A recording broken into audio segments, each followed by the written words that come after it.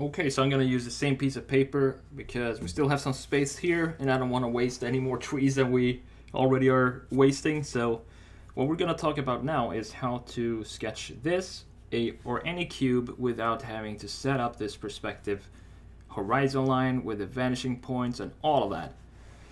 So same thing here as we did with the cup. We want to think of the cube as think of the outlines of the cube first and in what perspective you want to visualize it in.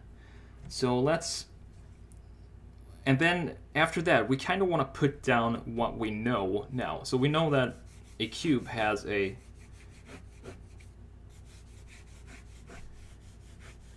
plane on top, right? That's the top, this part right here. So from here, we know that if it goes in perspective down, that means that it goes to a vanishing point that's down here somewhere. That's down here outside of the paper. And these 2 points from here and here should point to this point down here. And what does that mean? It means that it will go something like this. The lines. So the thing here is that it does not have to be perfect. We're just putting the lines out very gently. So if we happen to make a mistake, for this example, this looks more like a curve, we can always go back and fix it up later on and no one is ever gonna notice. But you still save a lot of time doing this way, putting it down this way, than you would setting up an entire grid line. And from here, we want to create the base. And as we know, these 2 lines goes to a vanishing point somewhere here, up in the sun. So that means that they're gonna be tilted this way. And same for these ones, they're gonna be tilted that way. So they end up in a vanishing point that's up here somewhere. So if this top line has that angle, the bottom line here needs to tilt a bit more upwards towards this corner to get it right in perspective. And that's about it. That's how I prefer to sketch in perspective. Even though it does not get perfect, you would get a more perfect result if you use this technique and a ruler every single time. But I mean, how fun is it to sketch like that? I don't think it's intuitive, and it looks kind of like a what are those called? Like a 3D CAD drawing with no life to it.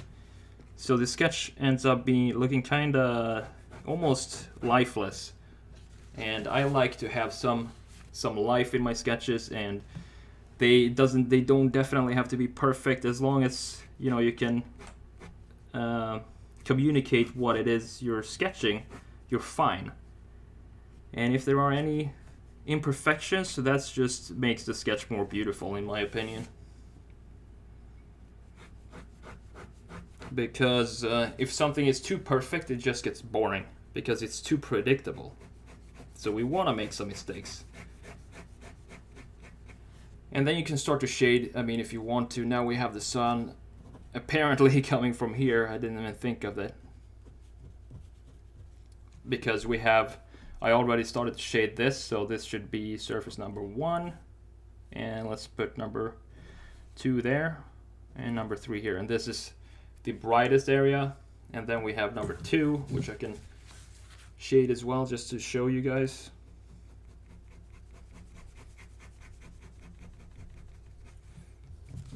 And now if we need number 3 to be a bit darker than number 2, we can cross shade. Unless we have markers, of course. If we have markers, we can just doodle some marker, cool gray there, cool gray here, and cool gray there. So that's my way of sketching in perspective. I think it's more fun. It's not as academical or whatever as this version. Although this version is great, as I said, if you're just starting out. It's perfect to start with this. Once you get a hang of this, it would be cool if you just tried this technique out, because you might think, like me, that it's way more fun to sketch like this. Who knows? I just wanted to show you guys this technique anyway. So now let's talk about sketching some more complex shapes in perspective using this technique.